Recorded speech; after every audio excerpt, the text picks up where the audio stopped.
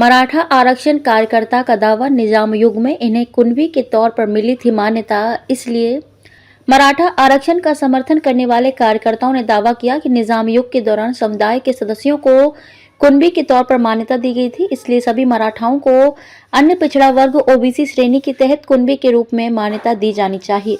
आरक्षण समर्थक एक कार्यकर्ता ने दावा किया कि मराठा और कुणबी स्वतंत्र रूप से एक दूसरे के साथ भोजन करते थे और आपस में विवाह करते थे, जिससे उनके बीच की दूरियां कम हो गई। सीएम शिंदे का आदेश।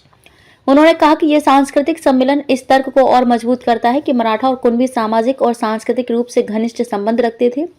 कृषि प्रधान कुणबी समुदाय को पहले से ही अन्य पिछड़ा वर्ग ओबीसी श्रेणी आरक्षण का लाभ मिल रहा है।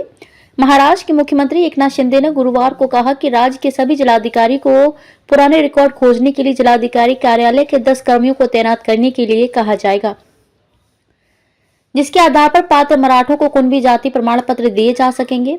गुरुवार को 9 दिनों के बाद अपना अनिश्चितकालीन अनशन खत्म करने वाले मराठा आरक्षण कार्यकर्ता मनोज जारांगे की मांगों में से एक मांग ये भी है कि उन्हें कुणबी मराठाओं को जाति प्रमाण पत्र दिया जाए। जारांगे ने दावा किया कि मराठवाड़ा क्षेत्र में लगभग 13,700 दस्तावेज एकत्र कर इसे सेवानिवृत्त न्यायाधीश संदीप शिंदे के नेतृत्व वाली 5 सदस्यीय समिति के समक्ष प्रस्तुत किए गए हैं।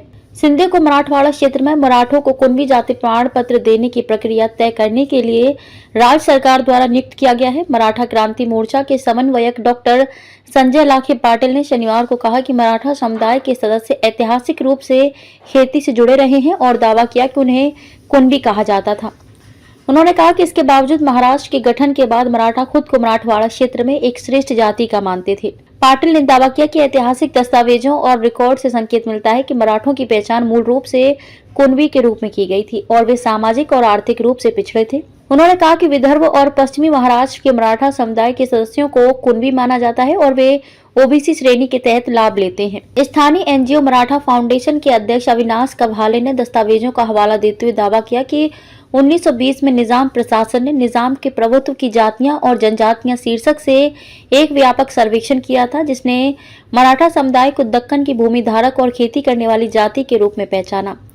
उन्होंने दावा किया कि मराठा समुदाय 2 महत्वपूर्ण जनजातियों का मिश्रण था, जिनका प्रतिनिधित्व मराठा और कुणबी करते थे।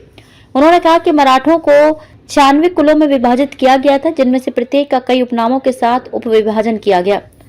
कव्हाले ने कहा कि मराठा और कुणबी स्वतंत्र रूप से एक दूसरे के साथ भोजन करते थे और आपस में विवाह करते थे, जिससे उनके बीच की दूरियां कम हो गई थी।